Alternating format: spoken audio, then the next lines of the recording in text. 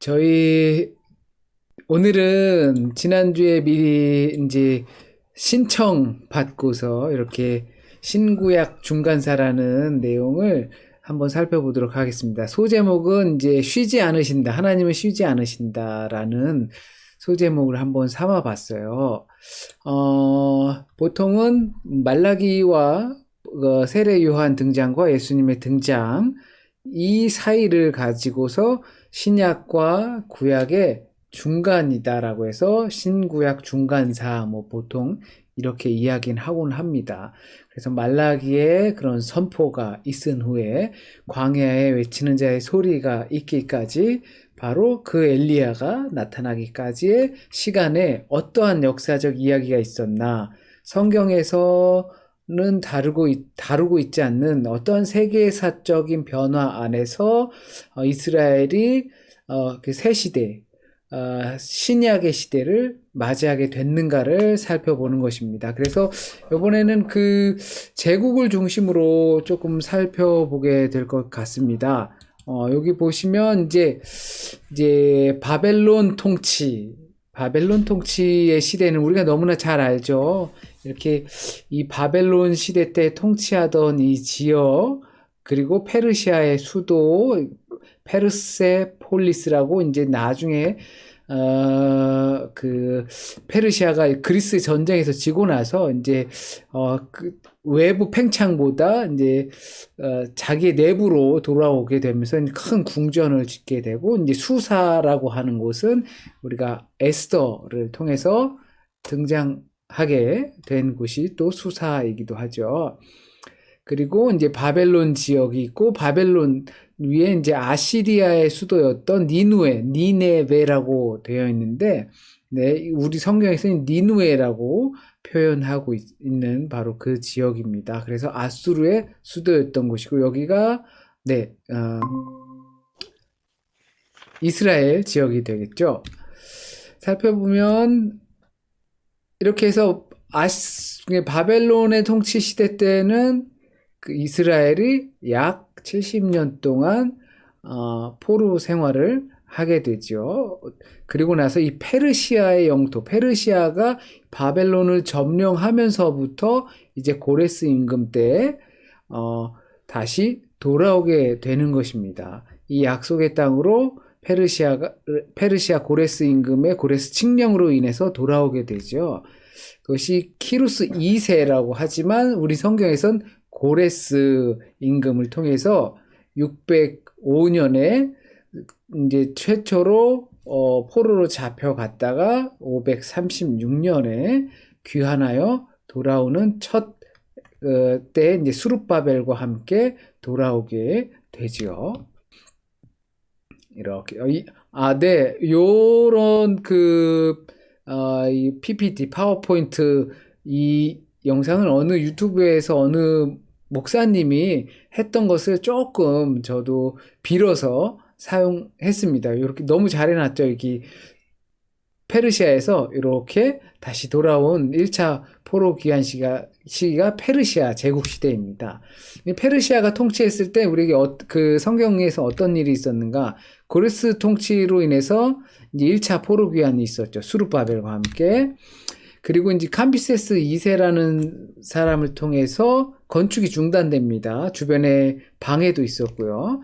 그리고 이제 다리오 1세가 캄비세스 2세가 죽게 되고 다리오 1세가 임금 다 새로운 왕이 되었을 때 그리스와의 페르시아의 전쟁이 이루어지게 되지만 거기에서 많이 대패하게 됩니다. 그래서 다시 한번 2차 전쟁을 준비하다 다리오 1세가 사망하게 되죠.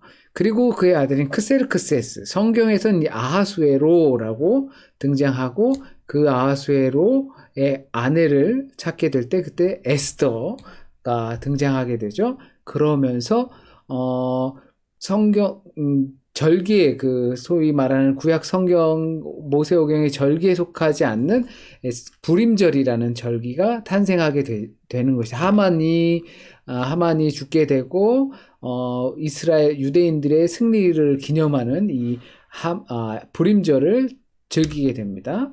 그리고 나서 이제 아닥사스다 1세 그러니까 에스더와 함께 있었던 아하수에로 임금 밑에서 그 다음으로 아닥사스다 1세가 등장하게 되면서 2차, 3차 포로 귀환을 진행하게 되는 거죠. 아무래도 에스더, 유대인, 그 유대인 전통에서 승리했던 어떤 그 역사 가운데서 2차, 3차 진행이 쉽게 되었었고, 그리고 이 느헤미야라는 아주 술 맡은 관원으로서 총애를 받는 사람도 유대인이었다라는 것을 우리가 보면 알게 되죠. 이렇게 페르시아 시대가 막을 내리고 이제 제국들의 흥망성쇠가 다 결정나게 돼버립니다. 바벨론이 흥하고 이집트가 흥하고 그리고 히타이트가 흥하고 이제 1400년 무렵에 이집트에서 탈출을 하게 되고 그 다음에 해양 대이동 민족들이 이제 등장하게 되고 이때 유다가 다윗과 솔로몬으로 해서 강성하게 되죠. 근데 분열이 이루어지게 되고 그 다음에 이제 아수르가 강한 제국으로 등장하고 또 바벨론이 강한 제국으로 신바벨론이 강한 제국으로 느부갓네살 잘 기억이 나시죠? 사네립도 있고 이렇게 바벨론이 강성해지고 이 메데바사라고 하는 페르시아가 강성해지면서 결국엔 그리스와 로마로 넘어가게 됩니다. 페르시아까지 봤던 게 우리 성경에서의 이제 말라기 시기 무렵까지가 되겠습니다. 그래서 이제 그리스와 로마 시대로 넘어가는데 이제 페르시아 시대의 막이 내리고 그리고 그리스와 로마 시대로 넘어가게 됩니다. 이 젊은 한 왕이 등장하는데 그 사람은 바로 알렉산더 대왕이라고 불려지는 사람입니다. 알렉산더 대왕의 아버지는 필립이었습니다. 이 필리포스가 마케도니아 출신으로 이 페르시아를 침공하려고 하다가 그만 암살을 당하게 되죠. 그래서 그 약관의 나이, 20살의 나이로 알렉산더가 왕위에 오르게 됩니다. 이런 말을 했다고 합니다. 아버지가 다 정복해버릴까봐 두려웠다고 하는 거군요. 그래서 부친의 용맹함과 전수를 받아서 이 페르시아를 전역을 지배하게 되는 것입니다. 그리고 여기 보면 인도 지역까지 점령하게 되는 것이죠. 그리스와 인도 지역까지. 바로 이 옆에는 로마가 이탈리아가 아직 있는 형국에 있습니다. 이 알렉산더 대왕은 이제 아리스토텔레스가 그의 스승이라고 합니다. 혹시 철학하면 뭐 플라톤, 소크라테스, 플라톤, 아리스토텔레스 이렇게 유명한 그 당대의 철학자들이 있었는데요. 그때 아리스토텔레스에게 아주 많은 가르침을 받았다고 합니다. 그리고 나서 일리아드라는 그 호메르의 작품을 매우 아꼈다고 합니다. 항상 전쟁을 다닐 때 가지고 다니면서 읽었다고 합니다. 그래서 이 알렉산더 대왕은 그리스의 사상, 헬라 철학에 대해서 아주 심취해 있었던 임금이었고 또 용맹함으로 전쟁을 펼쳐갔습니다. 그래서 이제 헬라의 시대가 열리게 됩니다. 보통 헬레니즘이라고도 하고 있습니다. 그렇게 불려지는 이유는 페르시아 시대가 열렸을 땐 페르시아의 어떤 무언가보다 별로 도드라지게 나타나는 것이 없는데 이 헬라 시대는 매우 강력하게 그 그리스의 문화가 전 지역 동방까지 점령하게 됩니다. 이 마케도니아 알렉산더의 통치로 인해서 헬라 문화로 장악하려고 하는 생각을 했습니다. 그러니까 무조건 제국을 형성하는 것이 아니라 이 언어를 보급하는 거죠. 그리고 하나의 언어로 통일을 해버리게 되고 그리고 하나의 언어를 사용할 수 있게끔 바탕을 마련하게 돼서 이 문화가 쉽게 그리스 문화, 곧 그리스의 사상, 생각이 쉽게 자리 잡을 수 있게 했던 것이죠. 그리고 이제 알렉산더는 자기가 가는 곳마다 이제 알렉산드리아라는 도시를 세우게 됩니다. 그래서 이 알렉산드리아라는 도시가 그 동방이랑 서방에도 여러 군데가 있죠. 특히 이제 이집트의 알렉산드리아가 유명하기도 하지요. 그러면서 이제 동방과 서방, 그러니까 그리스 중심과 이제 오리엔탈, 페르시아, 팔레스타인 이쪽 지역의 사람들을 결혼시키게 되고 그 수하의 장군들도 그와 같은 결혼을 하게 되고 역시 이러한 가운데서 이방인의 구분이 없어지는 상황이 만들어지게 되는 것이죠. 그러니까 어떤 정통적인 혈통을 유지하지 않게 하는 겁니다. 그러면서 전체적으로 헬라화를 시키게 되는 것이죠. 그런데 갑자기 알렉산더 대왕이 사망을 하게 됩니다. 이 알렉산더가 너무 싱겁게 인도로 진군을 하다가 돌아와서 바벨론에서 의문의 죽음을 맞게 됩니다. 학자들은 이제 말라리아 아니냐라고 이야기도 하는데요. 그런데 정확하지는 않은 것으로 해서 그냥 갑자기 제국에 수장이 없어지게 된 거죠. 그래서 이제 이만큼의 현재 형형색색으로 되어 있는 이 지역이 다 알렉산더 대왕이 점령한 도시였습니다. 지배 아래 있었던 도시였는데 이 알렉산더 대왕이 아들이 없었어요. 아들이 이제 태어날 것이었는데 그런데 그래서 그 동생이 통치를 하고 있는데 이 통치가 원활하지 못했던 거죠. 그래서 여기 기명되어 있는 안티고노스, 셀레우코스, 프톨레마이오스 이렇게 이 알렉산더 대왕 아래 있었던 수고했던 장군들이 이 지역들을 차지하여 통치하게 됩니다. 원래는 그 알렉산더를 도와서 하려고 했지만 하다가 결국엔 자신들이 이 통치를 이어가게 되는 것이죠. 그래서 알렉산더 대왕의 통치 자리를 나누어서 이렇게 통치하게 됩니다. 더 많은 사람들이 있지만 크게는 안티고노스, 셀류쿠스 그리고 포톨레마이오스 이 세 사람이 가장 강하게 서로 다툼이 있었기 때문에 저희가 공부하는 데 있어서 이 세 사람이 매우 중요하게 됩니다. 이제 이집트를 담당하고 있었던 프톨레마이오스 그리고 페르시아와 바벨론 지역을 담당하고 있었던 셀류코스 왕조가 번갈아서 이 팔레스타인 지역을 통치하게 되는데 먼저는 프톨레마이오스가 통치를 하게 되죠. 그래서 이집트와 팔레스타인 그 페니키아, 베니게라고 나오는 그 지역까지 다스리게 되었습니다. 그리고 사람들을 이집트로 이주시키고 또 이집트 알렉산드리아에서 유대 장로들 70명을 뽑아서 이 사람들을 이제 전승에 의하면 70명을 각자의 방에 들어가게 하고 히브리 성경을 가지고서 번역하게 했습니다. 그것은 헬라어로, 그리스어로 번역하게 시켰죠. 그래서 72명의 각 지파 12명에서 6명씩 뽑아서 72명이 했는데 그때 성경 번역이 모두가 동일했다. 히브리어를 그리스어로 번역하는데 성경이 모두 동일했다라는 전승이 있습니다. 그래서 여기 이제 X는 이제 라틴어 숫자를 추격하는 건데 이게 이제 50, L이 50, X가 10 이렇게 해서 72인인데 이렇게 70인역 번역이라고 우리에게 알려져 있습니다.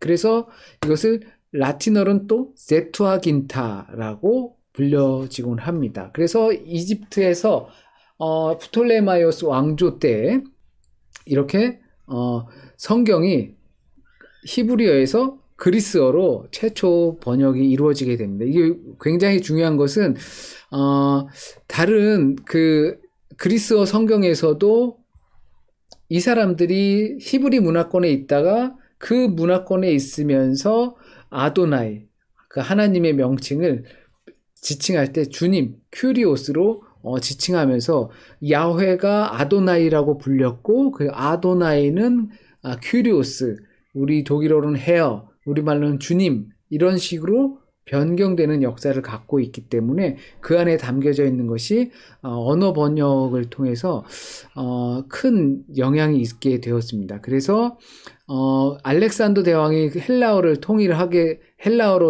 하게 되면서 많은 사람들이 그 헬라어를 사용하게 되고, 그리고 이 히브리 성경이 헬라어로 번역되면서 후에 신약 성경에서는 헬라어 성경을 기록하게 되면서, 그러면서 그것들이 헬라 영향권 안에 있었던, 그리스 영향권 안에 있었던, 그리스어를 읽을 줄 아는 사람들에게 모두 보급될 수 있는 아주 막대한 일이 이루어지게 됐던 것입니다. 그리고 프톨레마이오스와 그리고 셀류코스 왕조가 이집트 지역을 두고 이제 분쟁하면서 결국엔 셀류코스 왕조가 다시 후반기에 점령을 하게 됩니다.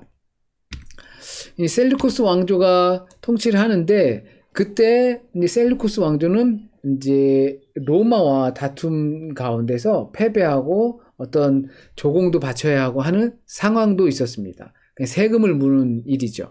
그러다 보니까 자기가 통치하던 나라에서 각 그 지역에서 세금을 걷어들여야 하는 일들이 있었고, 또 안티오코스 4세라는 임금이 등장하게 되면서 이 셀루코스 왕조에 있었던 안티오코스 4세인데요. 그 사람이 등장하게 되면서 이 헬라 문화를 더 강하게 하려고 했던 것입니다. 그러니까 프톨레마이오스 왕조에 있을 때에는 많이 관대하게 그 유대인들의 신앙과 그 각자 자치권들을 주면서 살게 했지만, 이제 셀류코스가 점령을 하게 되면서 자신의 문화권으로 만들어 가려고 하고 완벽하게 충성하게 만들기 위해서 이스라엘에 대해서 박해를 시작하게 됩니다.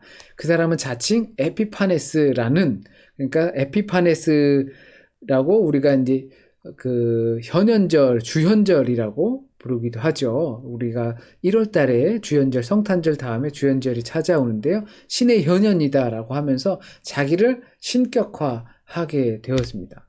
그러면서 예루살렘 성전에 제우스 신상을 두게 하고, 그리고 돼지의 피를 뿌리고 돼지의 제물로 드리게 하는, 그러고 이제 안식일과 율법과 할례를 중지하고 이제 성경 모세 오경을 폐기시켜버리는 일을 강행하게 됩니다. 그리고 그동안 있었던 유대인들에 대한 혜택도 다 파기하게 되죠. 그래서 이 예루살렘 땅에 이스라엘에 저항의 시대가 찾아옵니다. 가만히 있을 수 없죠. 그래서 경건한 유대인들을 중심으로 하는 것을 하시딤이라고 하는데, 경건주의 운동입니다. 하시딤이라고 해서.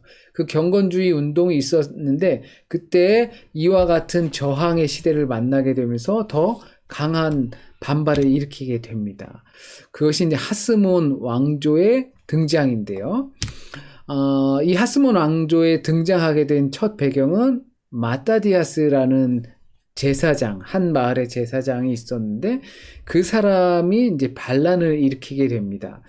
그러니까 셀류코스 왕조의 어떤 대사 같은 사람이 와서 이제 지역을 다니면서 이제 사람들을 파견할 거 아니에요.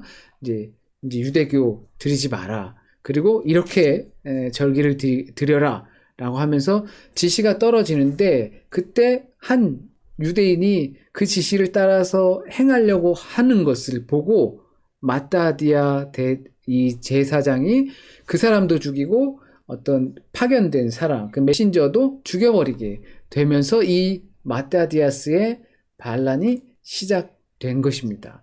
그래서 이제 그의 아들인 마따디아는 죽고, 그러면 숨어서 이제 게릴라전을 펼치게 되는 거죠. 그래서 그의 아들인 유다가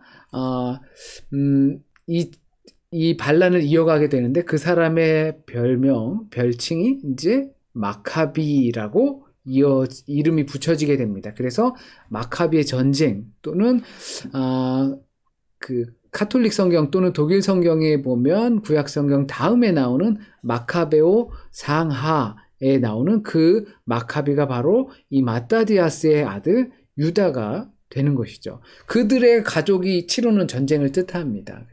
그 이야기가 이제 마카베오 상하서에 담겨져 있습니다.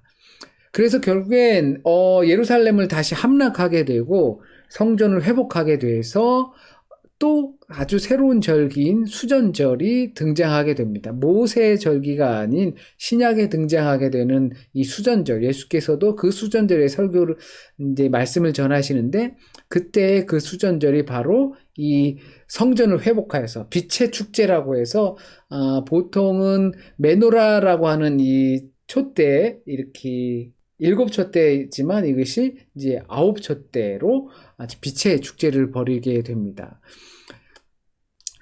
그러나 이제 이 사건으로 인해서 다시금 또 하락을 하게 됩니다. 왜냐하면 마카비가 이제 죽게 되는 거죠. 죽게 되고 그의 동생인 요나단이 그 반란군을 이끌어 가게 됩니다. 그런데 이 요나단은 그 외교에 조금 능수능란했다고 할까요? 그러니까 유다 마카비까지만 하면 우린 절대 뭐 이렇게 양보할 수 없다, 뭐 이런 마음이었다면, 요나단은 어떠한 우리가 살 길을 찾자, 뭐 이런 느낌이었죠. 그래서 셀루쿠스 왕조가 분열한 틈을 타서 요나단을 편으로 삼으려고 하는 그 그리스 셀루쿠스 왕조의 사람들이 있었던 거죠. 그래서 외교로 인해서 예루살렘을 다시 한번 재수복하고, 그리고 친 셀루쿠스 왕조 정치를 펼치게 된 것입니다. 그러니까 셀루쿠스 왕조는 그 자신들의 헬라 문화와 그리고 유대교를 못하게 하려고 했었지만, 오히려 그 편에 서게 되면서 적당한 선에서 양보를 하고 적당한 선에서 얻게 되는 것이죠. 그것이 자기가 대제사장이 되는 거예요. 그리고 재정일치, 그리고 이 유다를 다스리는 그 통치권과 제사를 관장하는 대제사장까지 돼버리게 된 것입니다. 요나단이. 그러면서 변색되고 하락하게 됩니다. 그러나 이 셀루쿠스 세력에 의해서 이 요나단은 또 살해를 당하고 맙니다. 그리고 나서 형인 시몬이 유다를 통치하게 됩니다. 그리고 이들은 이제 외교적으로 이제 그 완벽하게 독립을 이루어내게 됩니다. 그러면서 이제 확대해 나갈 때, 그 영토를 확대해 나갈 때 에돔을 정복하고, 그때 안티파터라는 에돔 사람, 이둠의 사람이 같이 협력하게 되어서 로마에서 정치를 통해 나중엔 유다를 지배하게 되는 헤롯 대왕의 아버지가 등장하게 됩니다. 이렇게 독립을 하게 돼서 이들에게 찾아온 일은 하시딤과 마카비와의 분리입니다. 하시딤, 경건주의 운동을 통해서 이 마따디아 사람들과 같이 저항 운동을 했던 것이죠. 그런데 이 저항 운동에서 이 마따디아 가족들, 하스몬 왕조라고 하는데, 이 하스몬 왕조는 이 마따디아, 유다, 시몬, 그 요나단, 베드로로 이렇게 이어지는 그 반란군의 조상을 하스몬이라고 합니다. 그래서 그 왕조가 이어지고 오고 있는데, 이렇게 이어져 가면서 이들이 변질이 되는 문제가 생겼습니다. 그러면서 이 바로 여기서 이제 하시딤 계열이 분리가 되기 시작합니다. 이것은 이제 그 힐카누스 2세라는 사람과 아리스토블루스 2세라는 사람, 그 형제의 분쟁으로 시작됩니다. 이제 유다를 통치하게 된 거죠. 유다를 통치하게 됐는데, 시간이 지나면서 힐카누스 2세라는 사람과 아리스토블루스 2세라는 사람 형제가 서로 왕권을 두고서 다툼이 이루어진 것입니다. 여기서 힐카누스 2세는 바리새파의 지지를 얻었고, 아리스토블루스는 사두개파의 지지를 얻었던 것입니다. 그런데 여기서 이렇게 갈라지게 된 것은 왕과 대제사장을 겸하는 게 어떻게 가능하냐라고 바리새인들이 이야기를 했던 것이고, 그리고 왕과 대제사장은 같이 해도 된다라고 찬성했던 사두개파가 이렇게 나뉘어지게 되었던 것입니다. 그러면서 이제 아리스토블루스 2세, 그러니까 사두개의 지지를 얻었던 사람들이 승리하게 돼서 힐카누스 2세가 그 바로 요단강 건너편에 나바테아라는 나라로 망명을 가게 됩니다. 그런데 이 안티파터라고 아까 등장했던 그 에돔 사람 안티파터 그리고 헤롯 대왕의 아버지의 도움으로 다시 이 아리스토블루스 2세를 힐카누스 2세 나바테아로 도망갔던 사람이 안티파터의 도움으로 인해서 이 다시 예루살렘으로 들어오고 그 패권을 장악하게 됩니다. 그러면서 그 사이에 이들의 분쟁이 계속될 때 로마에서 폼페이우스가 침공해 들어오게 됩니다. 그러면서 결국은 로마의 통치를 받게 되죠.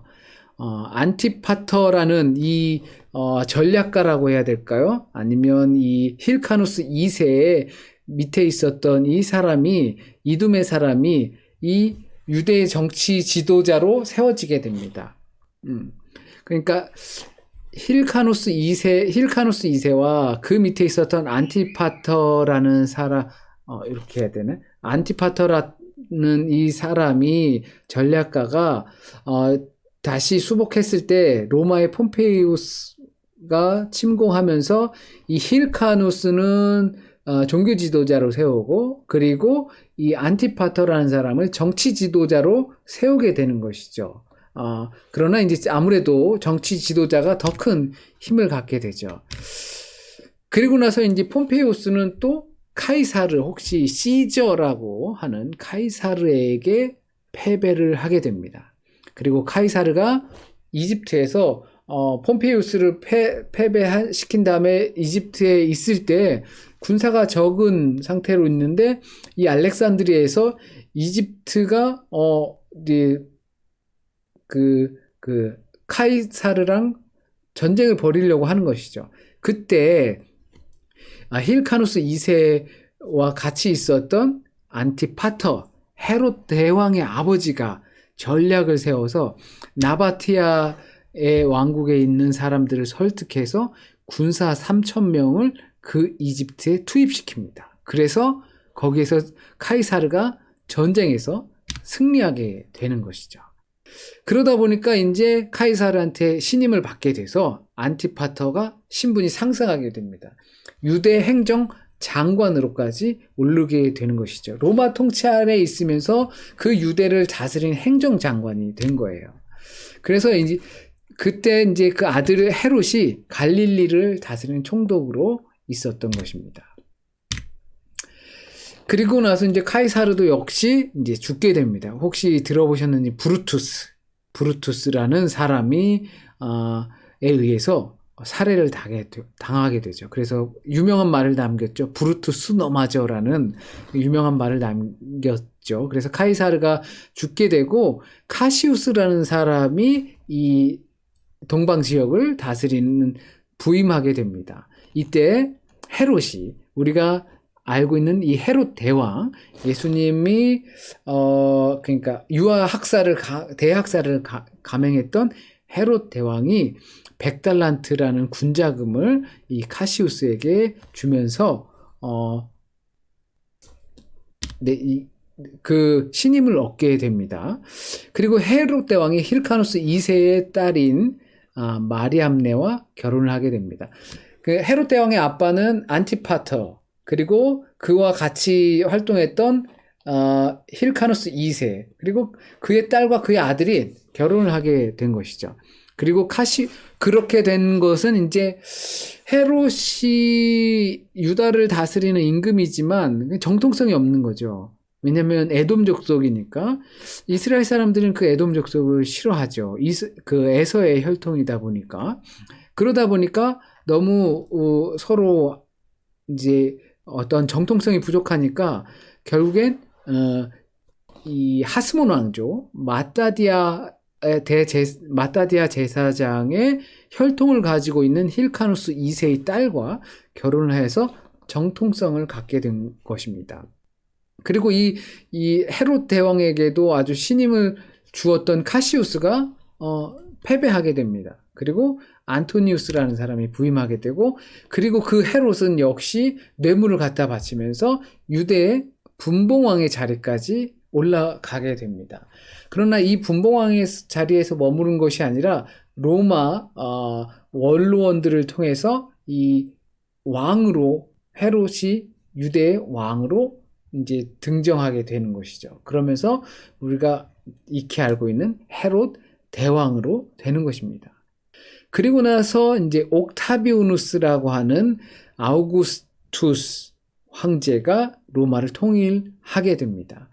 이 아우구스투스는 누가복음에 보면 아구스도 성경에서 아구스도라고 나오는 사람이 바로 이 로마 황제 옥타비아누스 아우구스투스 그러니까 시저 카이사르의 조카가 되는 것이죠.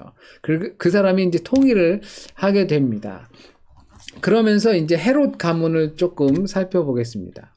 이제 헤롯의 대왕이 이 옥타비아누스 시대에도 있으면서 결국엔 그의 아들들을 나라를 유대 땅을 물려주게 되죠. 그 사람이 빌립, 안티파스 그리고 아켈라우스 이렇게 등장하게 되는데요.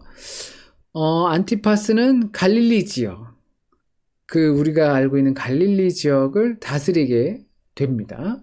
그리고 아켈라우스는 예루살렘이 있는 그 갈릴리 밑에 유다 지역을 이제 다스리게 되는 것이죠.